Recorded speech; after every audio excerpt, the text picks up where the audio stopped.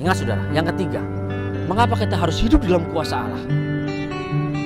Mari kita baca firman Tuhan dari 2 Korintus 5 ayat 18 sampai 21. 2 Korintus 5 ayat 18 sampai 21. Dan semuanya ini dari Allah, yang dengan perantaraan Kristus telah mendamaikan kita dengan dirinya, dan yang telah mempercayakan pelayanan pendamaian itu kepada kami. Sebab Allah mendamaikan dunia ini dengan dirinya oleh Kristus, dengan tidak memperhitungkan pelanggaran mereka. Ia telah mempercayakan berita pendamaian itu kepada kami. Jadi kami ini adalah utusan-utusan Kristus. Seakan-akan Allah menasihati kamu dengan perantaran kami. Dalam nama Kristus kami meminta kepadamu, berilah dirimu didamaikan dengan Allah. Dia yang tidak mengenal dosa telah dibuatnya menjadi dosa karena kita, supaya dalam Dia kita dibenarkan oleh Allah. Ketika kita hidup dalam kuasa Allah, berarti kita hidup dalam pendamaiannya. Ketika kita hidup dalam kuasa Allah, kita hidup dalam kebenaran Tuhan. Ketika kita hidup dalam kuasa Tuhan, berarti kita hidup di dalam pendamaian dengan Allah. Dulu kita hidup dalam dosa, penuh dengan kesalahan. Ya, ingat, kita hidup dengan penuh kesalahan, kita hidup dalam dosa, kita jauh dari Tuhan, kita merasakan seakan-akan jauh dari Tuhan. Tetapi Tuhan damaikan kita, damaikan. Yesus datang ke dunia mendamaikan kita. Damai dengan Tuhan. Ingat, ketika kita berdamai dengan Tuhan, itu karena apa? Karena Yesus turun, Dia berikan tubuhnya, Dia berikan darahnya, Dia curahkan. Dia rela dicambuk, Dia rela ditinju, Dia rela diludahi, Dia tidak membalas. Dia rela dicambuk sedemikian rupa, Dia rela disalib, Dia rela curahkan darahnya. Untuk siapa? Untuk kita semua. Dia damaikan kita. Dia datang ke dunia, Dia selamatkan kita, Dia damaikan kita. Yang tadinya kita seakan-akan jauh dari Tuhan, tapi Dia datang. Yang tadinya ada pemisah, saat itu juga terbuka pemisah itu, dan kita bisa dekat kepada Tuhan. Ketika kita percaya kepada Yesus, ini semua karena Yesus, bukan karena kita. Kita berdamai dengan Allah, bukan karena kita. Bukan karena kita berpuasa kita berdamai. Bukan karena kita melakukan perbuatan baik kita berdamai. Bukan karena kita terus pelayanan terus kita berdamai dengan Allah. Justru kita berdamai dengan Allah karena apa? Karena Yesus sendiri yang mendamaikan kita dengan Allah. Dia curahkan darahnya, Dia berikan tubuhnya. Dia berikan tubuhnya hancur, Dia curahkan darahnya, mati di atas kayu salib untuk mendamaikan kita semua. Luar biasanya lagi, Dia bangkit. Maka ketika orang percaya kepada Yesus sebagai Tuhan dan Juru Selamat, hidupnya didamaikan dengan Allah. Makanya ketika kita menyatu dengan tubuh dan darah Tuhan, harus kita responi betul. Ketika kita menyatu dengan tubuh dan darah Yesus, kita menyadari betul, kita mengangkat bahwa ini tubuh Kristus, ini yang mendamaikan kita. Tubuh kita didamaikan, tubuh kita yang tadinya kita penuh dengan dosa, disucikan dan dikuduskan oleh kuasa darah Tuhan Yesus. Kita didamaikan oleh Allah, kita menjadi milik Allah.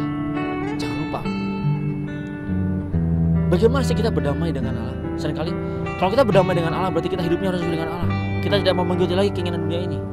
Bisa seperti itu. Ingat, karena kuasa Allah. Kalau kita hidup dalam kuasa Allah, kita hidup di dalam pendamaian. Hidup dalam pendamaian berarti kita hidup bukan hanya didamaikan saja dengan Tuhan, tetapi dengan sesama. Seringkali kita lupa, kita merasa kita sudah didamaikan dengan Allah. Ketika kita didamaikan dengan Allah, ya kita lupa dengan sesama kita. Kita lupa kalau kita menyakiti mereka. Kita lupa kalau kita menghakimi mereka. Kita lupa kalau kita memfitnah mereka. Kita lupa kalau kita menghujat mereka. Jangan lupa, ketika kita didamaikan dengan Allah, dengan kuasa Allah, kalau kita menyadari betul, kita tidak melakukan itu lagi. Sadari betul, ketika kita hidup di dalam kuasa Allah, kita berdamai dengan Allah, bukan cuma dengan Allah, tetapi dengan dunia. Dikatakan persahabatan dengan dunia, lebih tepat lagi dikatakan gini loh. Kalau kita punya hobi kita apa? Main badminton. Pagi, siang, sore, malam kita main badminton terus. 80% kita main badminton, 20% baru kita kerja, 20% baru kita berdoa. Itu baru dikatakan kita hidup dengan cara dunia. Apakah kita benar-benar berdamai dengan dunia seperti itu?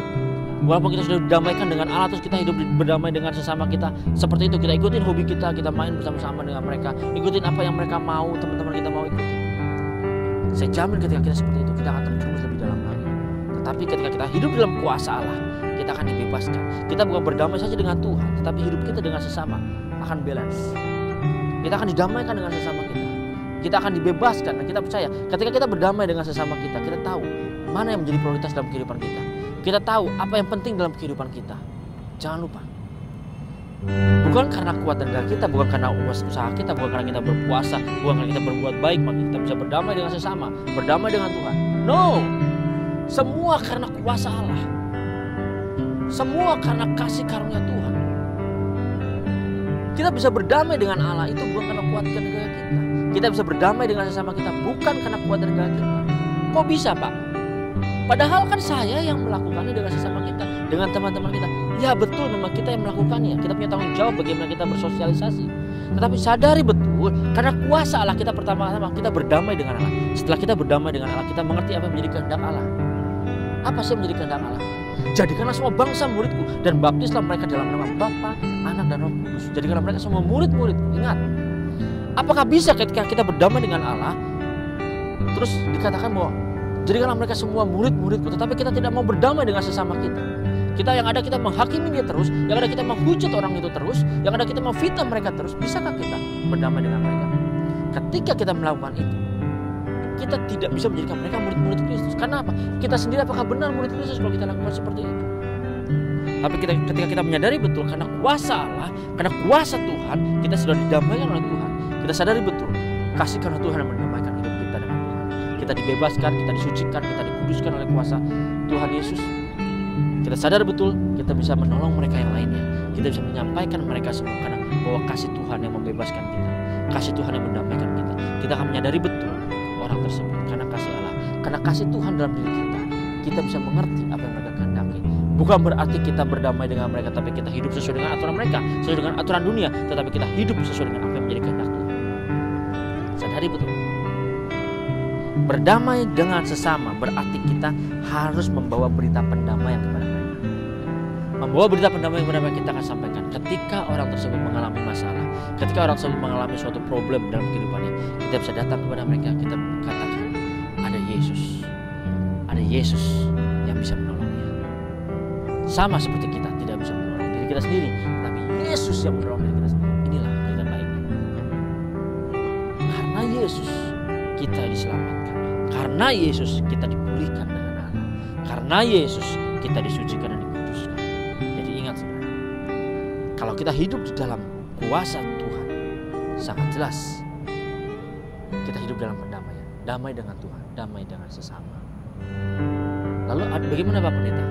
Sering kan tuh, ada tuh sekarang yang lagi heboh.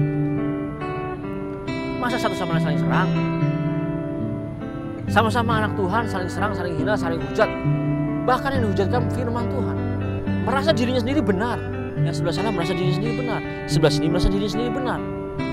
Saya merasa diri benar, menghakimi yang sana. Yang di sini, saya benar, kamu yang salah. Seringkali seperti ini. Seperti ini kan? Hidup dalam pendamaian. Ya kan?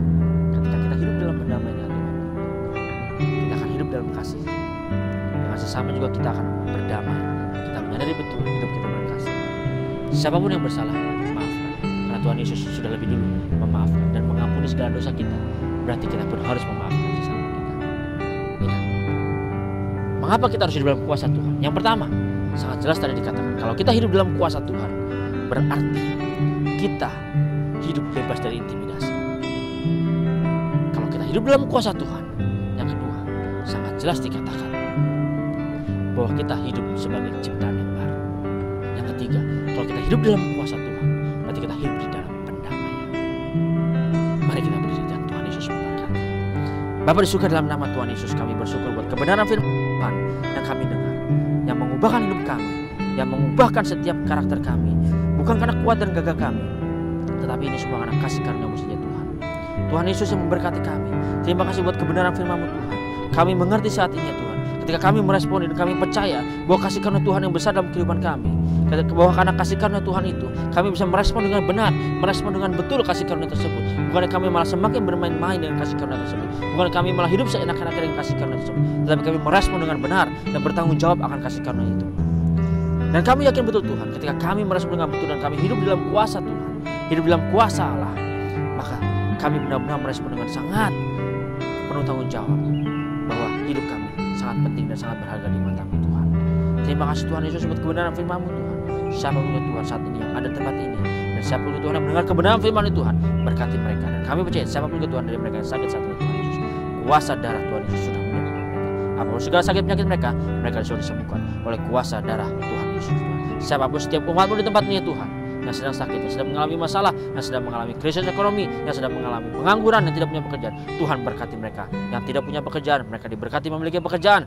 Yang mereka sedang sakit, kuasa darah Tuhan Yesus sudah menyembuhkan. Yang mengalami problema dalam kehidupannya, mengalami masalah dalam kehidupannya, kami percaya dalam nama Tuhan Yesus, Tuhan sudah berikan jalan Tuhan. Terima kasih Tuhan, hamba-Mu boleh berhenti berbicara, hamba-Mu boleh berhenti menyampaikan kebenaran firman Tuhan, hamba-Mu boleh berhenti menyampaikan apa yang menjadi isi hati-Mu saat ini.